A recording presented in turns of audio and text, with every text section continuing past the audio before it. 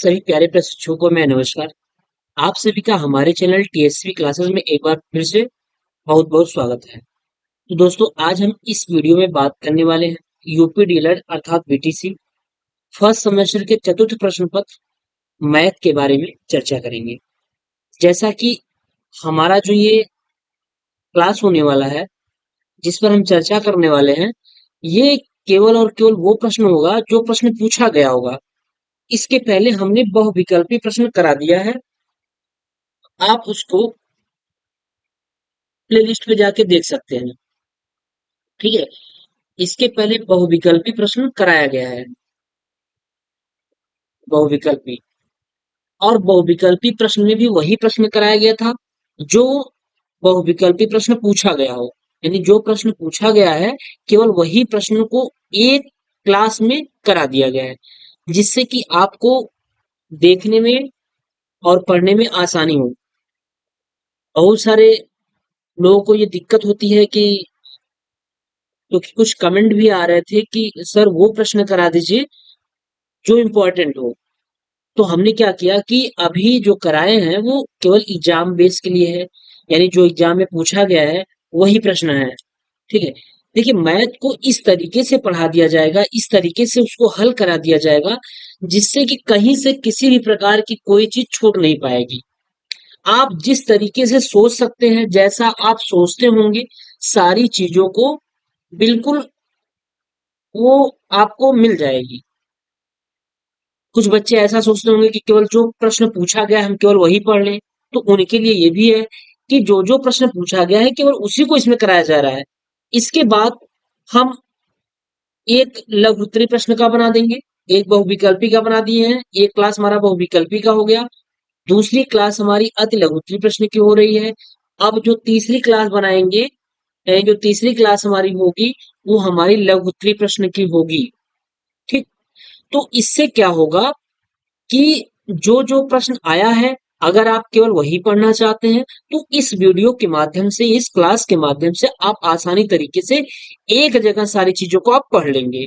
आपको सीरीज खोलने की आवश्यकता नहीं पड़ेगी, बार बार उलटने पलटने की आवश्यकता नहीं पड़ेगी, क्योंकि हम सारे उसी प्रश्न को लाए हैं जो प्रश्न पूछे गए हैं। यानी एक तरीके से हम आपका फिर से रिवाइज करा रहे हैं। ठीक है।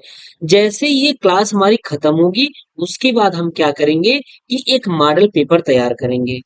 मॉडल पेपर में वो प्रश्न लाएंगे जो प्रश्न आने की संभावनाएं होती हैं, और जो मॉडल जितना मॉडल पेपर कराएंगे उसी में से प्रश्न हमारे बनेंगे। तो मॉडल पेपर तैयार करने में समय लगता है, क्योंकि ऐसा नहीं कि कोई भी क्वेश्चन आप उठा के उसमें रख दीजिए, ऐसा कुछ नहीं होगा। क्वेश्चन को समझा जाएगा, कौन सा क्वेश्चन ज्यादा इंपॉर्टेंट है, प्रत्येक चैप्टर को उठाया जाएगा, उस चैप्टर से कहाँ सवाल बन रहा है, कैसे बन रहा है, किस तरीके से सवाल बन रहे हैं, कौन कौन सवाल होने चाहिए, ये सब सारी चीजों को बनाया जा रहा है। जब तैयार हो जाएगा और वो आपको एग्जाम के संभवतः 10 से 15 दिन पहले दे दिया जाएगा, जिससे कि आप इधर जितने भी सारी चीजें पढ़े रहेंगे इसी में से वो रहेगा, तो आप आसानी से एक बार फटाक से लगा लेंगे, सारी चीजों को हल कर लेंगे और आपको दिक्कत भी नहीं होगा। और उस समय आपकी मेमोरी भी बहुत हाई एफिशिएंसी होती है, बहुत फास्ट काम करती है जब आपका एग्जाम नजदीक होता है। ठीक है। तो चलिए हम लोग स्टार्ट करते हैं। अति लघु उत्तरीय प्रश्न, वो प्रश्न जो सारे प्रश्न आए हुए हैं एग्जाम में, उन्हीं की केवल यहाँ पे चर्चा होगी। जैसे प्रश्न दिया हुआ है कि संख्याओं 13, 39, 273 के म सा ज्ञात कीजिए। इसका क्या ज्ञात करना है? म सा। तो आप इस चीज को पढ़े ही होंगे कि म सा क्या होता है ना? इस चीज को पढ़ाया गया है, प्रश्न को पढ़ाया गया था कि म सा क्या हो रहा है, किस तरीके से म सा को निकाला जाता है। इसको आपको अच्छी तरीके से पढ़ाया गया है। ठीक। चलिए, तो हम लोग चर्चा कर लेते हैं।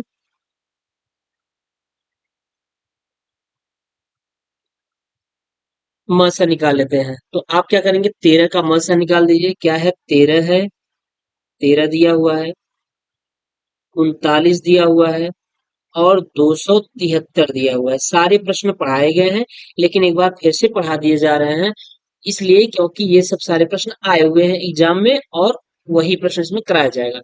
तो 13 का जब हम म सा करेंगे, खंड करेंगे, तो 1 गुणित 13 हो जाएगा और 39 का 13 तिया 39, एक गुणित 13 इंटू 3 हो जाएगा।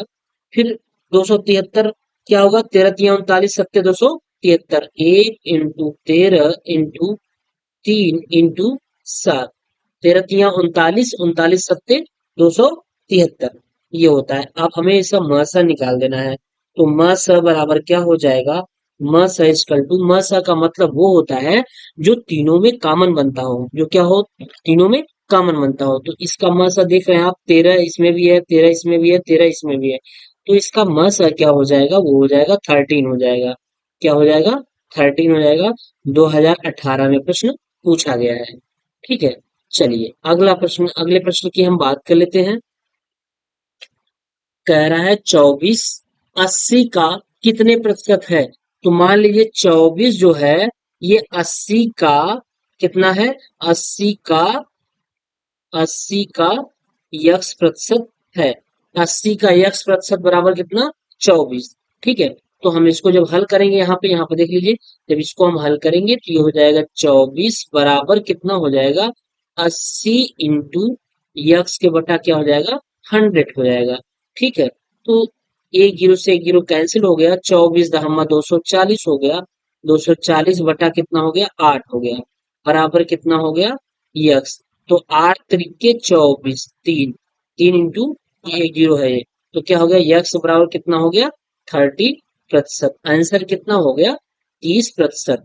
2015 में प्रश्न पूछा गया है। कह रहा था जो 24 है ये 80 का कितने प्रतिशत है, तो जो 24 है 80 का 30% है। अगर आप उत्तर की जांच करना चाहते हैं तो आप 80 का 30% निकाल लेंगे तो आपका आंसर 24 आना चाहिए। जीरो से जीरो, जीरो जीरो, 8 तरीके 24, देख लीजिए 24 आया कि नहीं आया, बिल्कुल आया। ये क्या था, ये हमारा उत्तर की जांच थी। क्योंकि 80 का अगर 30% 24 है, यानी ये 24 का है, 24 80 का कितने परसेंट है, तो 24 80 का 30% है। अगर 80 का 30% है तो हम 80 का 30% निकालेंगे तो हमको 24 मिलना चाहिए, वही मिला हुआ है। इसके हम उत्तर की जांच कर लिए। चलिए अगला प्रश्न क्या कर रहा है, अगला प्रश्न देखिए, अगला प्रश्न ये कह रहा है कि चार, उसके बाद ये बोर्ड मास का सवाल है। देखिए ऊपर ये बोर्ड मास का सवाल दिया हुआ है। ठीक है, बोर्ड मास का सवाल दे रखा है। क्या दिया है, 4, फिर 17 प्लस 2 प्लस 5 इंटू 2 को सरल कीजिए, महिला कोष्टक और बड़ा कोष्टक। तो हम इसको जब सरल करेंगे तो हो जाएगा 4 इंटू, ये जाएगा 17 को ऐसे रहने दीजिए, 17 ही रहने दीजिए, और प्लस क्या हो जाएगा, 2 को भी ऐसे ही रहने दीजिए 2, और प्लस ये हो जाएगा 5 का 2 में मल्टीप्लाई हो जाएगा तो कितना हो जाएगा, 10 हो जाएगा। महिला कोष्टक बंद और बड़ा कोष्टक बंद। तो क्या हो जाएगा, 4 इंटू, अब हो जाएगा 17, और प्लस 10 दो 12 हो गया, ये 12 हो गया। अब कितना बचा, ये 4 इंटू कितना हो गया, 17 और 12 कितना हो गया, 29, 29 हो गया। 29 में जब 4 का मल्टीप्लाई कराएंगे तो 4 नवा के 36 का इच्छा हाथ लगा 3 हो गया, 4 दूनी 8 और 8 3 11, कितना हो गया, 116 हो गया। कितना हो गया दोस्तों, 116 हो गया। 116 ही आपका क्या हो जाएगा, आंसर हो जाएगा। ठीक है। तो इसी तरीके से हम प्रश्न को हल कर लेंगे। चलिए कह रहा है 150 का 12% कितना है, 2015 में ये भी प्रश्न पूछा गया है। एक नंबर के आते हैं, आपको पता है कि जो अति लघुत्तरी प्रश्न होते हैं, अति लघुत्तरी वाले, वो कितने नंबर के होते हैं, प्रत्येक प्रश्न 1 नंबर के होते हैं, आपको ये पता है।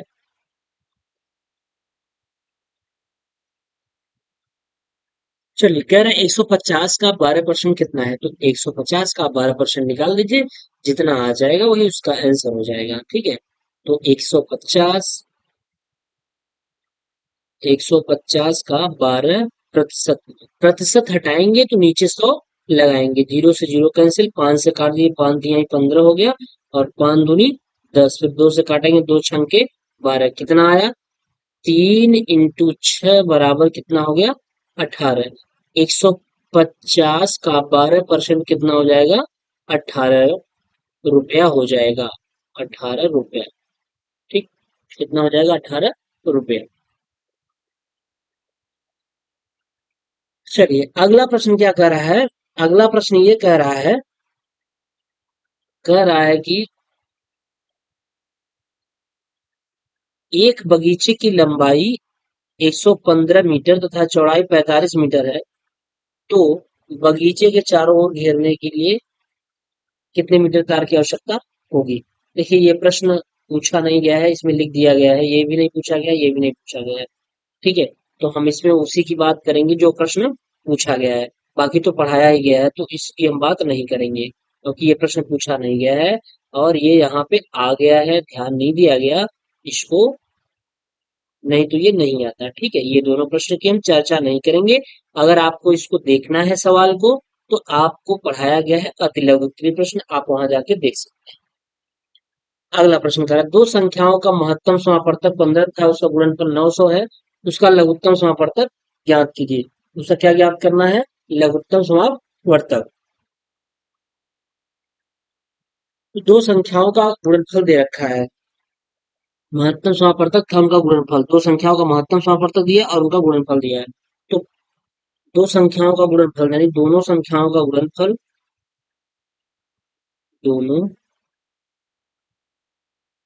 संख्याओं का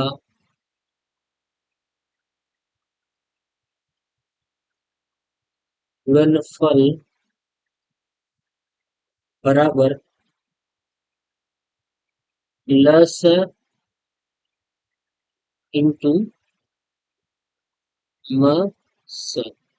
ठीक, तो दो संख्याओं का गुणनफल बराबर कितना हो गया? दो संख्याओं का गुणनफल बराबर लस इंटू मस। तो यहाँ से गुणनफल 900 दिया है, उसका लघुत्तम समापवर्तक पूछ रहा है। तो जब लस निकालना होगा तो क्या करेंगे हम? लस यहाँ से निकाल लेंगे, तो लस बराबर कितना हो जाएगा? लस बराबर दोनों संख्याओं का गुणनफल, दोनों संख्याओं का गुणनफल बटा क्या? बटा मस। बटा क्या हो जाएगा?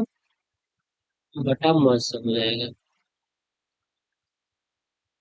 मस। तो दोनों संख्याओं का गुणनफल कितना दे रखा है? देखिए, आपका 900 दिया है, कितना है? 900। 900 के बटा कितना हो जाएगा? महत्तम समापवर्तक 15 दिया है, 15 छक्का 90 कट जाएगा, यानी 60 बार जाएगा। कितना? 60 बार। तो लसा कितना हो गया? लसा हमारा 60 हो गया, यही आंसर हो जाएगा।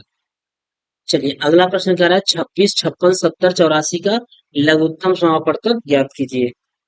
इसका क्या ज्ञात करना है? लघुत्तम समापवर्तक। प्रश्न नंबर 26 है ये। ठीक है, किसका निकालना है? 56, 70 और 84 का। तो दो दूनी 4, दूनी 8, सत्ते 56 और 10 सत्ते 70, यानी दो पंचे 10, दो पंचे 10, 10 सत्ते 70, 84 का। दो दूनी 4, 4 तीन 12, 12 सत्ते 84। क्या निकालना है? इसका लसा निकालना है। तो लसा हमें पता है कि सब कुछ लिया जाता है एक की बार, यानी ये दो उतार लिया जाएगा, फिर ये 5 भी उतरेगा और ये दो भी उतरेगा। तो 5 उतर गया, उसका 2 उतर गया, फिर इंटू, फिर अब ये 7 उतर जाएगा और ये भी 2 उतरेगा और 3 उतरेगा। तो 2 हो जाएगा, 3 हो जाएगा और 7 हो जाएगा। ठीक,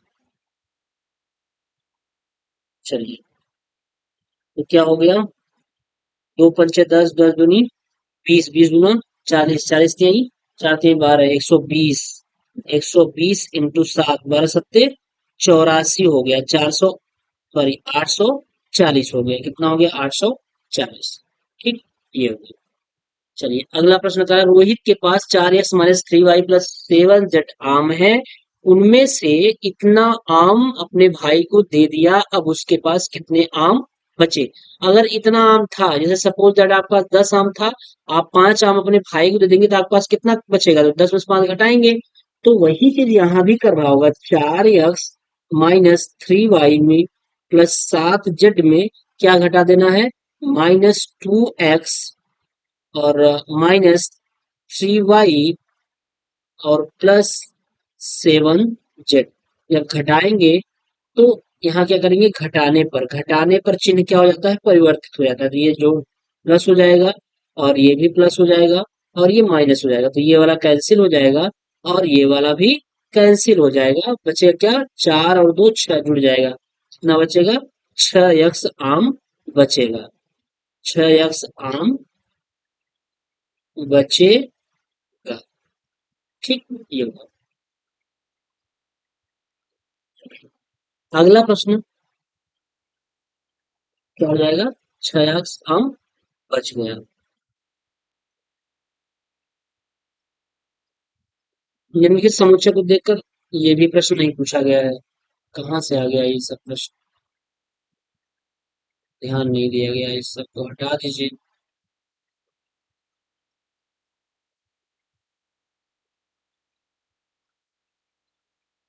ये सब प्रश्न पूछा नहीं गया है, अगर इसको आपको देखना है तो दिया गया है, मीन्स इसको लगाया गया है, आप इसको देख सकते हैं। ठीक, चलिए अगला प्रश्न क्या कह रहा है, 2x³ minus minus x square plus 4x का मान ज्ञात करिए। कुछ नहीं करना है, अंदर गुणा करा दीजिए पहले, तो 2x³ माइनस और ये माइनस माइनस क्या हो जाएगा, प्लस हो जाएगा। क्या हो जाएगा, एक्स स्क्वायर प्लस 4x, यही क्या क्या कह रहा था, इसका मान निकालना है। तो 2x³ plus x square minus, sorry ये माइनस और ये प्लस को क्या कर देगा, माइनस कर देगा, क्या कर देगा, माइनस हो जाएगा। अंदर का चिन्ह बदल जाएगा, क्योंकि ये माइनस का जब माइनस में गुणा तो प्लस हुआ, और जब ये माइनस का इस प्लस में गुणा होगा तो क्या हो जाएगा, माइनस हो जाएगा, है ना। तो क्या हो गया, 2x³ plus x square minus 4x, यही क्या हो गया, आंसर हो गया। ठीक है, 2015 में ये प्रश्न पूछा गया है, ध्यान दीजिएगा। फिर अगला प्रश्न करा है कि 48 प्लस 8 इंटू 10.75 माइनस 5 का मान ज्ञात कीजिए। कुछ नहीं करना है भाई, केवल गुणा करके जोड़ा और घटा देना है। ठीक है, तो ये आप सवाल हल करिएगा और इसका आंसर बताइए कितना आ रहा है। ठीक है, कुछ भी नहीं करना है, सवाल में कुछ भी नहीं है। जोड़, पहले इसका इसमें गुणा करके इसको जोड़ जोड़ के माइनस घटा लीजिएगा।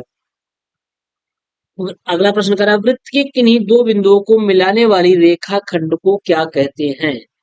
वृत्त के किन्हीं दो बिंदुओं को, जैसे हमने एक ये वृत्त बना दिया और वृत्त में कहीं भी दो बिंदुओं को अगर आप मिला देंगे तो पूछा इसी रेखा को आप क्या कहेंगे, तो इस रेखा को हम कहते हैं जीवा।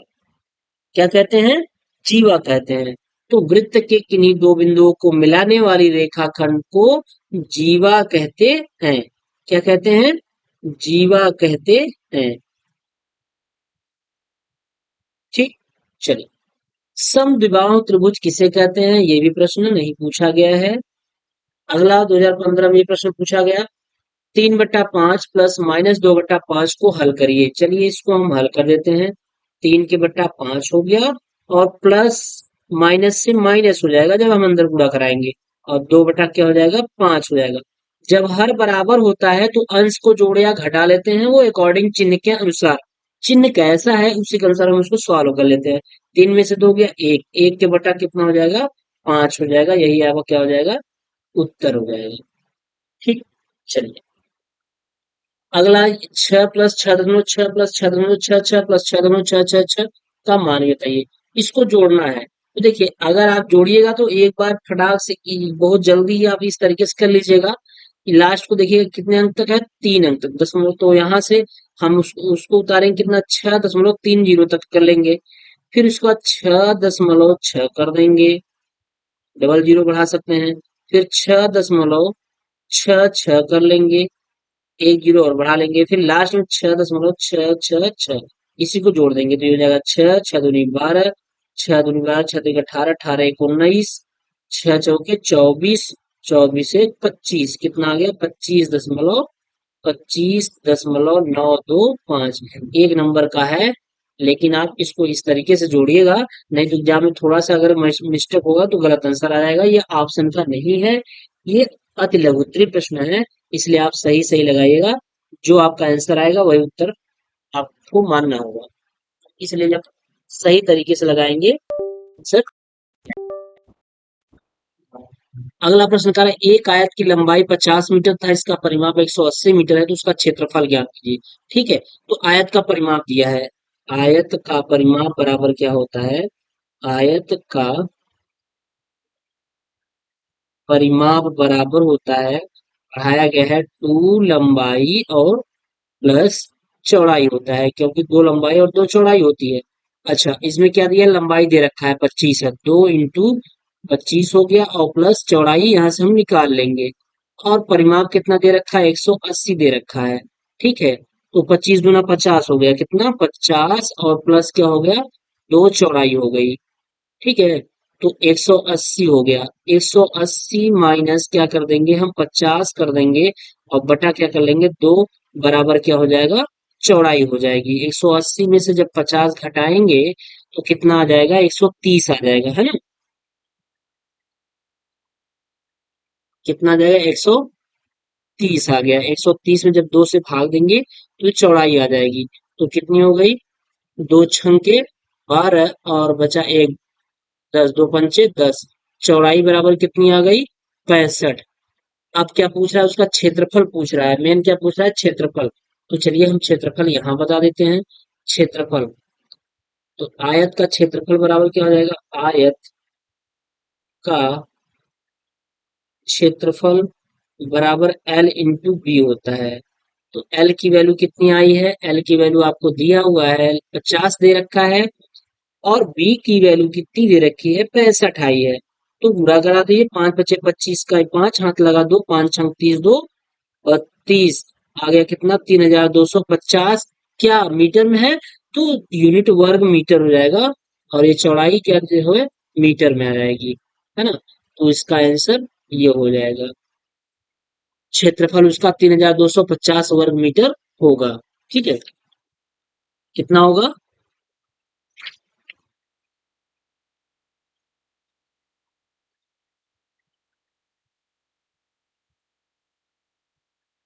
ठीक, एक आयत की लंबाई दी है 50 मीटर, उसका परिमाप 180 मीटर है, तो उसका क्षेत्रफल ज्ञात कीजिए। तो इसका क्षेत्रफल जो हो जाएगा 3250 वर्ग मीटर होगा। सही है ना? कहीं मिस्टेक तो नहीं रहा? 25 गुना 50। ओहो, गलती हो गया भाई। लंबाई कितना दे रखा है? 50 दे रखा है, हमने 25 रख दिया है, माफ करिएगा। यहाँ गलती हो गया है। ये यहाँ पे 50 होना चाहिए। जब वहां 50 होगा तो यहाँ 100 हो जाएगा। अब यहाँ से ये सब गलत हो गया। ठीक ठीक ठीक, देखिए अभी कोई दिक्कत नहीं है। थोड़ी सी मिस्टेक ये हो गई कि क्या, यहाँ पे क्या होना चाहिए? लंबाई कितना दे रखा है? 50 मीटर, तो ये हो जाएगा 50 मीटर। तो 50 गुना कितना हो गया? 100। 100 प्लस दो चौड़ाई है, तो 180 माइनस 100 के बटा कितना? दो, बराबर कितना हो गया? चौड़ाई हो गया। तो चौड़ाई बराबर कितना आ जाएगा? चौड़ाई बराबर आ जाएगा 180 में से 100 घटाएंगे तो 80 आ जाएगा, 80 बटा दो। तो चौड़ाई कितना आ गया? चौड़ाई बराबर 40 आ गया। जब चौड़ाई बराबर 40 आ गया तो यहाँ भी थोड़ा सा करेक्शन कर लीजिए आप। ये जो 65 लिखे हैं इसको आप क्या कर लेंगे? 40 कर लेंगे। क्या कर देंगे? 40 कर देंगे। तो इसको हम 40 कर दिए। तो जब 40 में 50 का मल्टीप्लाई कराएंगे दोस्तों, तो 4 पंचे 20, कितना हो जाएगा? 2000। 2000 वर्ग मीटर कितना हो जाएगा? 2000 वर्ग मीटर इसका क्या हो जाएगा? क्षेत्रफल हो जाएगा, है ना? इसका क्षेत्रफल हो गया। चलिए, अगला कोट पूरक कोण को उदाहरण सहित समझाइए। करा कोट पूरक कोण को उदाहरण सहित समझाइए। तो कोट पूरक कोण किसे कहते हैं? जिन दो कोणों का योगफल 90 डिग्री हो उसे हम कोट पूरक कोण कहते हैं। तो इसको लिख लीजिएगा आप। जिन दो कोणों का योग 90 डिग्री हो तो उन्हें कोटि पूरक कोण कहते हैं। कह रहा है उदाहरण सहित बताइए, तो इसका हम उदाहरण बता देते हैं। एग्जाम्पल, एग्जाम्पल देख लीजिए। एग्जाम्पल इसका क्या हो जाएगा, जैसे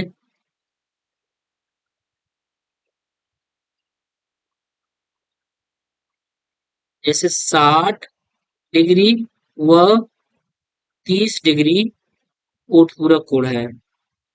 क्या है? कोट पूरक कोण है। क्यों? क्योंकि जब हम 60 डिग्री और प्लस 30 डिग्री को जोड़ेंगे तो कितना आ जाएगा, 90 डिग्री। डिफिनेशन हमारा यही तो कह रहा था। डिफिनेशन हमारा क्या कह रहा था कि यदि दो कोणों का योग 90 डिग्री हो, चाहे ये जो जिन है, जिन को काट के आप यदि कर सकते हैं, यदि दो कोणों का योग, यदि दो कोणों का योग कितना हो, यदि दो कोणों का योग 90 डिग्री हो तो उन्हें कोट पूरक कोण कहते हैं। जैसे 60 व 30 डिग्री कोट पूरक कोण है। अगला, 4 अंकों की सबसे बड़ी संख्या और 3 अंकों की सबसे छोटी संख्या का योगफल। बहुत ही आसान सवाल है ये सब कक्षा 4-5 के सवाल है भाई। 4 अंकों की सबसे बड़ी संख्या आपको पता है, 4 अंकों की सबसे बड़ी संख्या क्या होती है, 9999। ये 4 अंकों की सबसे बड़ी संख्या है। और 3 अंकों की सबसे छोटी संख्या कितनी हो जाएगी, 111 हो जाएगी। इनका योगफल निकालना है, जोड़ना है। तो 9 1 10, 9 1 10 11, 9 1 10 11, 9 1 10, 10,110 होगा। क्या होगा, 10,110 हो जाएगा। ठीक है। चलिए अगला प्रश्न क्या कर रहा है कि 1,000 लीटर की टंकी, पानी की टंकी में रिसाव से प्रत्येक घंटे 10% पानी की कमी हो जाती है। 1 घंटे बाद पानी की टंकी में पानी की मात्रा कितनी होगी। 1,000 लीटर है, ठीक है, और 1,000 लीटर में प्रति घंटा कितना परसेंट पानी निकल जा रहा है, 10% पानी जब निकल जा रहा है तो बचता कितना है, जीरो डबल जीरो कट गया, 10 दाम 100, यानी 100 लीटर पानी, 100 लीटर पानी 1 घंटे में, 1 घंटे में बह गया। ठीक, तो शेष कितना बच रहा है, शेष अब निकाल लेंगे। शेष पानी, यहां निकालते हैं शेष, 1 घंटे में, 1 घंटे बाद, 1 घंटे बाद, क्योंकि पूछ रहा है 1 घंटे बाद पानी की टंकी में मात्रा, तो शेष 1 घंटे बाद पानी की मात्रा, पानी की मात्रा बराबर कितना हो जाएगा, पहले कितना था, 1,000 लीटर था, और स्टार्टिंग के 1 घंटे में 100 लीटर पानी बह गया। तो माइनस हम क्या कर लेंगे, 100 लीटर माइनस कर देंगे। तो 1,000 में से जब 100 घटाएंगे तो आ जाएगा 900 लीटर पानी शेष बचा रहेगा। ठीक है, कितना बचा रहेगा, 900 लीटर पानी बचा रहेगा। चलिए अगला प्रश्न क्या कह रहा है, उसको देख लेते हैं। किसी वृत्त के व्यास और त्रिज्या के संबंध को समझाइए। वृत्त के व्यास और त्रिज्या के संबंध आपको पता है कि टू आर बराबर क्या होता है, डी। यानी जो डी होता है, ये जो डी होता है, अच्छा आइए यहाँ ऐसे देख लीजिए, व्यास बराबर, व्यास बराबर 2 गुणित त्रिज्या, इस तरीके से देख लीजिए। व्यास बराबर 2 गुणित त्रिज्या, या फिर त्रिज्या बराबर, या या त्रिज्या बराबर क्या होगा, त्रिज्या बराबर क्या हो जाएगा, व्यास का आधा आ जाता है। जो त्रिज्या होती है वो व्यास का आधा होती है। अब आपको पता होना चाहिए व्यास क्या है और त्रिज्या क्या है। ये सेंटर पॉइंट है, ये टोटल अगर हम बीचों बीच जाएगी तो ये इसको क्या बोलेंगे, व्यास बोलेंगे, है ना, क्या बोलेंगे, व्यास। और ये वाला अगर यहाँ मिल रहा है कहीं भी, मध्य बिंदु से वृत्त के किसी बिंदु मिलेगा तो वो त्रिज्या होगा। ये क्या है, ये त्रिज्या है। तो देखिए आधा है कि नहीं, यानी ये वाला त्रिज्या और फिर ये त्रिज्या, दोनों मिलके व्यास बना दिए। तो त्रिज्या जो होती है व्यास का आधा। तल पर स्थित किन्हीं दो बिंदुओं से होकर जाने वाली कितनी रेखाएं खींची जा सकती हैं, तो अनंत रेखाएं खींची जा सकती हैं। तल पर स्थित किन्हीं दो बिंदुओं से, जैसे एक बिंदु यहाँ है, एक बिंदु यहाँ है, ठीक है, तल पर स्थित किन्हीं दो, सॉरी माफ करिएगा, तल पर स्थित किन्हीं दो बिंदुओं से होकर जाने वाली कितनी रेखा खींची जा सकती है? अच्छा, कितनी रेखा खींची जा सकती है? रेखा अगर दो बिंदु है तो एक ही रेखा खींची जाएगी। जैसे एक बिंदु ये है, एक बिंदु ये है, तो ठीक है, तो यहाँ से यहाँ अगर खींचेंगे तो एक ही रेखा खींच जाएगी, कहीं भी रहेगी। यहाँ अगर दो बिंदु है ऐसे है तो एक ही रेखा खींची जाएगी।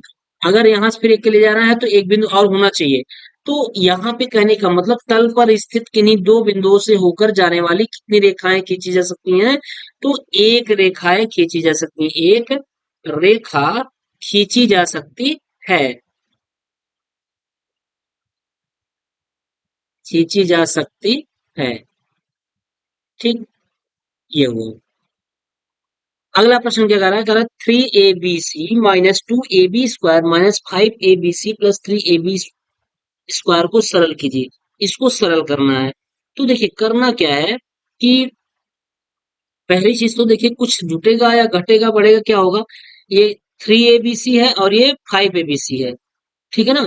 तो तीन, पांच में से तीन गया कितना, -2 ABC हो जाएगा।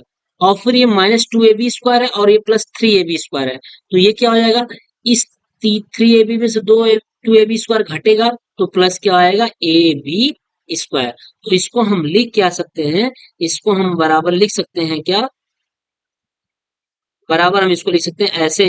इसको सीक्वेंस बनाने के लिए पहले AB² लिख ले, फिर माइनस क्या कर दे, -2 ABC कर देते हैं। यही आपका उत्तर हो जाएगा।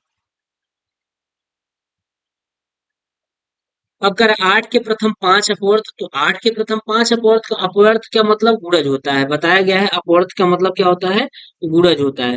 तो 8 का 8, 8 दूनी 16, 8 तिक 24, 8 चौक 32, 8 पंच 40, 5 अपवर्त पूछा है तो 40 हो गया। 6 पूछता तो 8 छंग 48 हो जाता, 48 तक जाता। 7 पूछता 8 सत्ते 56 तक जाता, 8 से शुरू होता और 56 तक जाता। बस ध्यान आपको ये रखना है कि अपवर्त का मतलब होता है गुणज होता है, क्या होता है, गुणज। चलिए अगला प्रश्न करा, 13 - 8 × 2 + 3 का मान ज्ञात कीजिए। तो हो जाएगा 13 माइनस 8 दूनी कितना हो गया, 16 हो गया, और प्लस क्या हो गया, 3। तो 13 3, ये वाला धन धन है, ये प्लस प्लस है, जोड़ देंगे 13 3 16 -16। जब 16 -16 हो गया, ये कट गया तो कितना आ गया, 0 आ गया। कितना आ गया, 0 इसका आंसर हो गया। चलिए अगला प्रश्न, कितने प्रश्न है अभी, वे है काफी। चलिए देखिए अगला प्रश्न क्या कर रहा है, 12 के अपवर्तक लिखिए। फिर ये कह रहा है क्या, 12 के अपवर्तक लिखना है। तो 12 के अपवर्तक क्या होंगे, अब 12 के अपवर्तक लिखना है तो 12 के अपवर्तक बराबर क्या हो जाएंगे, 12 एक का 12, यानी एक एक हो जाएगा। ये 12 किस किस संख्या से कटेगी वही उसका अपवर्तक है, यानी जो हमारी ये 12 है, 12 किस किस संख्या से कटेगी वही उसका अपवर्तक होता है। यानी विभाज्य, एक से कटेगी, दो से कटेगी, तीन से कटेगी, चार से कटेगी, और छह से कटेगी, और स्वयं किससे कटेगी, 12 से कटेगी। तो इसके अपवर्तक कौन होंगे, एक हो जाएगा, दो हो जाएगा, तीन हो जाएगा, चार हो जाएगा, छह हो जाएगा, और 12 हो जाएगा। ठीक है, ये इसके अपवर्तक है। अगला, 35 सेंटीमीटर व्यास वाले वृत्त का परिमाप ज्ञात कीजिए। व्यास दे रखा है, व्यास कितना दे रखा है, व्यास बराबर 35 सेंटीमीटर दिया हुआ है। तो हम यहाँ से त्रिज्या निकाल सकते हैं, बिल्कुल, क्योंकि अभी आप पढ़े थे कि व्यास जो होता है त्रिज्या का दूना होता है। ठीक, जो व्यास होता है वो त्रिज्या का दूना होता है, अर्थात त्रिज्या बराबर व्यास बटा 2। तो त्रिज्या इक्वल टू 35 के बटा क्या हो जाएगा, 2 हो जाएगा। तो वृत्त का परिमाप ज्ञात करिए। तो वृत्त का परिमाप बराबर 2 पाई आर। तो बराबर क्या आ जाएगा, 2 पाई आर। तो हो जाएगा कितना, 2, ये हो जाएगा 2 हो जाएगा, क्या हो गया, 2 × 22/7 इंटू आर की वैल्यू कितनी है, 35 के बटा 2 है। तो 7 × 5 = 35 हो गया, और 2 से 2 कैंसिल हो गया। बचा कितना 22 × 5 बचा, तो 22 पंचे कितना होता है, तो आप कहेंगे सर जी 22 पंजे 110 होता है। यही क्या आ जाएगा सेंटीमीटर, 110 सेंटीमीटर। ठीक, कितना आ जाएगा 110 सेंटीमीटर आएगा।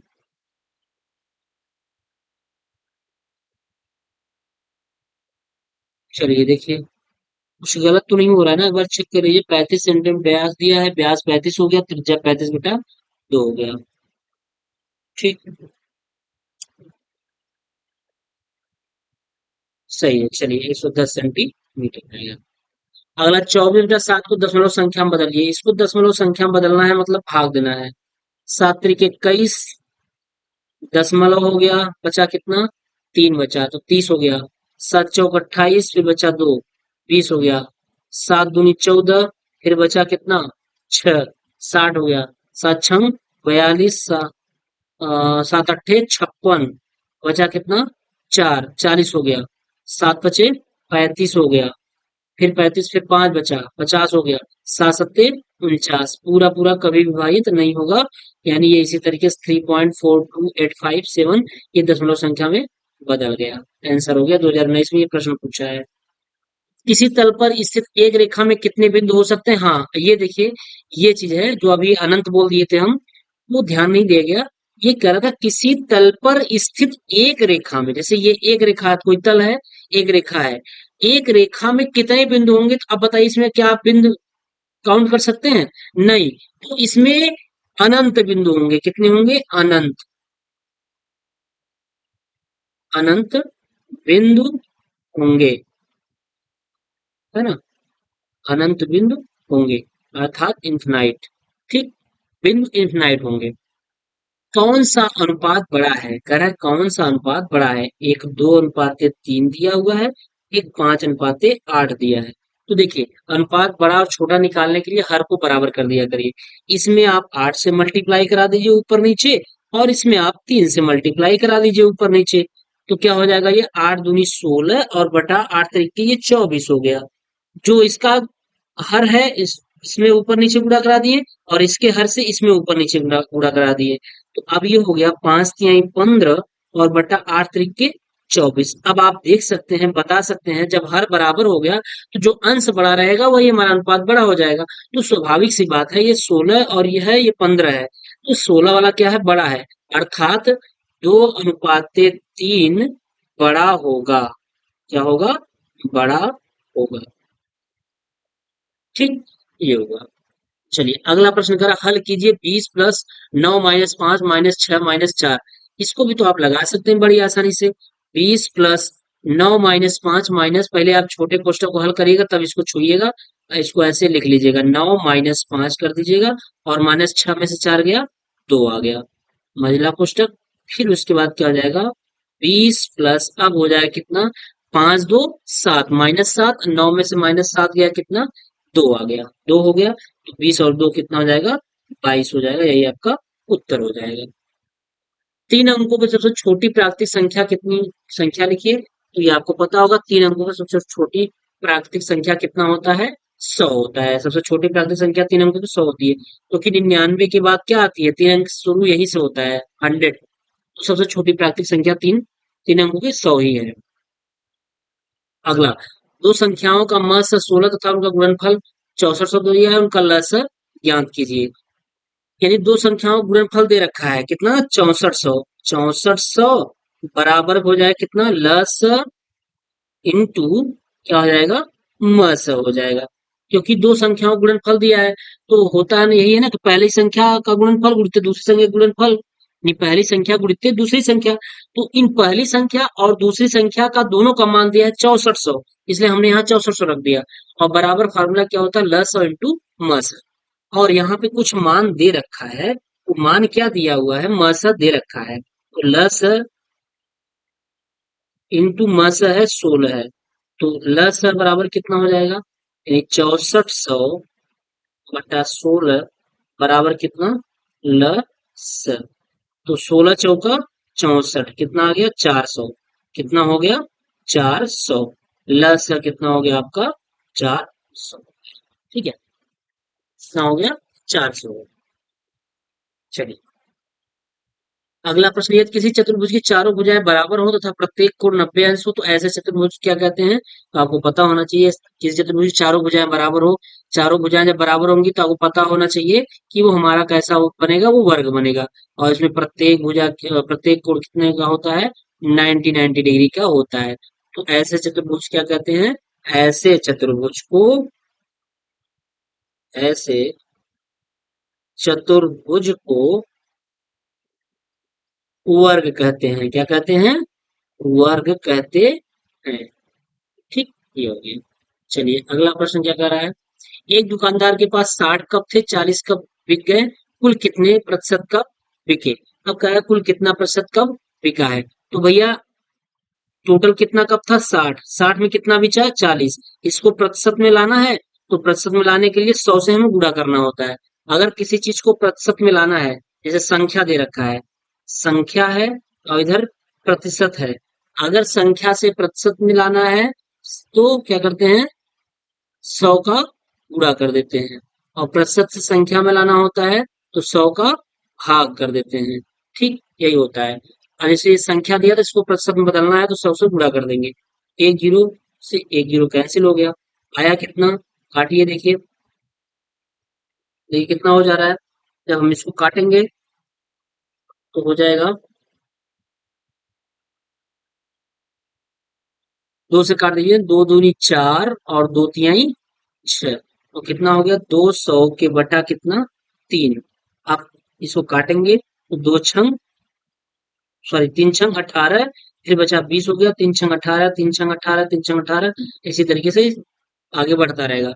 तो ये कितना, कुल कितने प्रतिशत कप बिका? 66.66% कप बिका, कप बिके। ठीक, ये अगला, एक गांव में महिलाओं की संख्या 4a+3ab+2b² तथा पुरुषों की संख्या दे रखा है कितना? 5ab+2b² -6c है। पुरुषों की संख्या महिलाओं की संख्या से कितनी अधिक है? तो भैया एक गांव में महिलाओं की संख्या इतना दे रखा है, पुरुषों की संख्या इतना दे रखा है। पुरुषों की संख्या महिलाओं की संख्या से कितनी अधिक है? स्वाभाविक सी बात है, पुरुषों की संख्या अधिक है तो महिलाओं की संख्या कम है। तो अधिक में से हम कम को घटा लेंगे। तो क्या करेंगे? यहां से घटाएंगे तो क्या हो जाएगा? 5ab, 5ab प्लस जो ज्यादा है पहले उसको लिखेंगे 2b² -6c। अब देखिए, आप चीजों को, जो जो एक जात का होगा उसके नीचे एक जात वाला लिखिएगा। अब हमें को इस ये लिखना है तो हम ऐसा करते हैं, 2b² को इसके नीचे लिख लेते हैं, 2b² को हमने यहाँ लिख दिया। ठीक, और 3ab, ये प्लस में है, प्लस ये प्लस में ये भी है तो ये भी प्लस में है, 3ab हम यहाँ पे लिख दिए। उसके बाद क्या है ये? उसके बाद है प्लस, अब क्या है? प्लस 4a दिया है। ठीक है, ये दिया हुआ है। तो इसको जोड़ना है, जोड़ने पे चिन्ह का परिवर्तन नहीं होता है, वही के वही रहता है। तो 5 और 3 कितना हो गया? 8ab हो गया, और दो दो चार, कितना हो गया? 4b² हो गया। और इस -6c को हम उतार लेंगे क्योंकि इसकी जात का नहीं मिला, इसलिए हम इस स्थान को छोड़ दिए थे, यहाँ पे लिखे थे। तो -6c और प्लस कितना? 4a, ये चीज हो गया इसका आंसर। ठीक, तो एक मिनट थोड़ा सा ध्यान दीजिए। सवाल क्या कर रहा था? पुरुषों की संख्या महिलाओं की संख्या से कितनी अधिक है, माफ करिएगा, कितनी अधिक है कह रहा है ना? तो घटाना होगा, क्या करना होगा? घटाना होगा। जब घटाएंगे भाई तभी तो निकलेगा ना कि कितनी अधिक है। जोड़ना नहीं है, घटाना है। पुरुषों की संख्या में से महिलाओं की संख्या को घटाना है, तो जब घटाया जाता है तो चिन्ह में परिवर्तन हो जाता है। ये प्लस है तो ये माइनस हो जाएगा, और ये भी माइनस हो जाएगा, और ये भी माइनस हो जाएगा। ठीक, अब क्या हो जाएगा? 5 में से जब 3 घटाएंगे तो कितना आएगा? 2ab आ जाएगा, और ये वाला हो जाएगा कैंसिल। बचेगा क्या? -6c बचेगा, और माइनस ये बच जाएगा, 4a बच जाएगा। यही आपका आंसर हो जाएगा, 2ab -6c और -4a। ये आपका उत्तर हो गया। घटाना था ना कि जोड़ना था, क्योंकि सवाल ये कह रहा था कि एक गांव में महिलाओं की संख्या 4a+3ab + 2b² है तथा पुरुषों की संख्या 5ab + 2b² - 6c है। पुरुषों की जो संख्या है वो महिलाओं की संख्या से कितनी अधिक है। ठीक है, तो पुरुषों की संख्या अधिक है तो अधिक में से हम महिलाओं की संख्या घटा लेंगे। अगला, 3 अंकों की सबसे बड़ी संख्या की उत्तरवर्ती संख्या लिखिए। पहले आप तो 3 अंकों की सबसे बड़ी संख्या तो लिख लीजिए। तो 3 अंकों की सबसे बड़ी संख्या क्या होगी? 3 अंकों की सबसे बड़ी संख्या क्या होगी? 999। अब देखिए, उत्तरवर्ती हो अनुवर्ती हो, ठीक है, चाहे उत्तरवर्ती हो चाहे अनुवर्ती हो, इन सब का मतलब होता है एक संख्या आगे। तो जब हम 999 का उत्तरवर्ती निकालेंगे, उत्तरवर्ती, तो क्या हो जाएगा? 999 में हम एक क्या कर देंगे? जोड़ देंगे, तो ये हो जाएगा 1 का 4 हो जाएगा। यही इसका उत्तरवर्ती हो जाएगा। ठीक, चलिए अगला, 0.085 को प्रतिशत में बदलिए। इसको किस में बदलना है? 0.085, इसको प्रतिशत में बदलना है। तो जब इसको प्रतिशत में बदलना है तो करना क्या होता है कि हमने बताया कि प्रतिशत में बदलना है तो 100 से क्या कर देंगे? अब मल्टीप्लाई कर देंगे, सीधा सीधा उसका आंसर हो जाएगा। तो 0.085 में हम 100 से जब मल्टीप्लाई कराएंगे तो 2 अंक में दशमलव आ जाएगा, है ना? तो हो जाएगा कितना? ये जीरो का मतलब कैंसिल, तो 0.85 1 2 0 हो जाएगा। तो कितने अंक पे दशमलव? 1 2 3 अंक पे दशमलव। तो 1 2 3, 3 अंक पे दशमलव, 8.5%। इसको हम लिख सकते हैं 8.5%। ये प्रतिशत में बदल गया। संख्या दिया है, प्रतिशत में बदलना है, तो 100 से क्या करना होगा? गुणा करना होगा। ठीक है, देखिए ऊपर बताया गया है संख्या दिया हुआ है, प्रतिशत बदलना है, 100 से गुणा करना है, और प्रतिशत दिया है, संख्या में बदलना है, 100 से भाग करना है। 15 के अभाज्य गुणनखंड लिखिए। कह रहा है 15 के अभाज्य गुणनखंड कौन कौन से हैं उसको लिखिए। तो 15 के अभाज्य गुणनखंड, ये प्रश्न 2017 में पूछा गया है।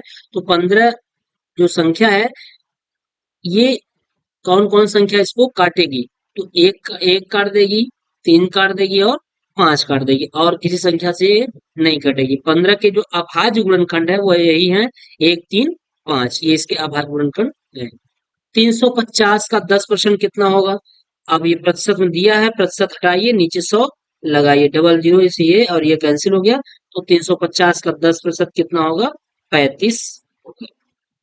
ठीक, क्या होगा? 35 होगा। अगला, x - y में क्या जोड़े कि योगफल कितना हो जाए? 2x + y हो जाए। तो x माइनस लिख लीजिएगा, x - y में हम a जोड़ देंगे। तो जब a जोड़ेंगे तो योगफल हमारा कितना हो जाएगा? 2x + y हो जाएगा। अब यहाँ से a का मान निकाल लीजिएगा। तो 2x हो गया प्लस y हो जा रहा है, और ये माइन x इधर आएगा तो माइनस हो जाएगा, और ये y आएगा तो प्लस हो जाएगा। प्लस हो गया। तो अब क्या हो जाएगा? 2x में से एक x घट जाएगा तो x आ जाएगा, और y कितना हो जाएगा? +2y हो जाएगा। 2y, तो x + 2y जब जोड़ देंगे आप इसमें, x - y में जब x + 2y जोड़ देंगे तो यही प्राप्त होगा, 2x + y हो जाएगा। ठीक है, यही आपका आंसर हो जाएगा। चलिए, ये आपका लास्ट रहा प्रश्न है। 91 क्वेश्चन लास्ट है। तो आज आपके जितने अति लघुत्तरी प्रश्न थे इंपॉर्टेंट वाले, ठीक है, जितने भी इंपॉर्टेंट अति लघुत्तरी प्रश्न थे सबको करा दिया गया। जो प्रश्न पूछा गया है एग्जाम में, सारे प्रश्न ये सब पूछे गए हैं। 2 3 प्रश्न ऐसे थे जो आ गए थे इसमें, उसको हमने काट दिया है, उसको नहीं कराए हैं। अगर आपको वो प्रश्न देखना होगा तो अति लघुत्तरी के यानी प्लेलिस्ट पे जाइएगा, राजन मैथ फर्स्ट सेमेस्टर राजन के प्लेलिस्ट में जाइएगा, और वहां पर पे अति लघुत्तरी प्रश्न को देख लीजिएगा, सारे प्रश्न कराए गए हैं। ठीक है, इसमें हम वही प्रश्न कराए हैं जो एग्जाम में आया हुआ है। ठीक, तो आपको अति लघुत्तरी प्रश्न करा दिया गया आज। अब हम जो नेक्स्ट हमारा क्लास होगा उसमें हम लघुत्तरी प्रश्न कराएंगे। एक क्लास हमारा लघुत्तरीय प्रश्न का हो जाएगा। यानी आपको टोटल तीन क्लास मिलेगा। ऐसा नहीं कि थोड़ा थोड़ा क्लास मिलेगा, उससे कोई मतलब नहीं निकलेगा। एक ही क्लास में रहेगा तो आप आसानी से चीजों को पढ़ लेंगे। ठीक है। तो चलिए दोस्तों, फिर हम मिलेंगे अगली क्लास में। और तब तक आप अगर हमारे चैनल पे नए होंगे तो प्लीज चैनल को सब्सक्राइब कर लीजिएगा और अपने दोस्तों के साथ शेयर अवश्य करिए। और प्लीज वीडियो देखने के बाद लाइक कर दिया करिए। चलिए ठीक है, फिर मिलते हैं नेक्स्ट क्लास में। तब तक के लिए आप स्वस्थ रहिए, मस्त रहिए और जबरदस्त तरीके से पढ़ाई करिए। तो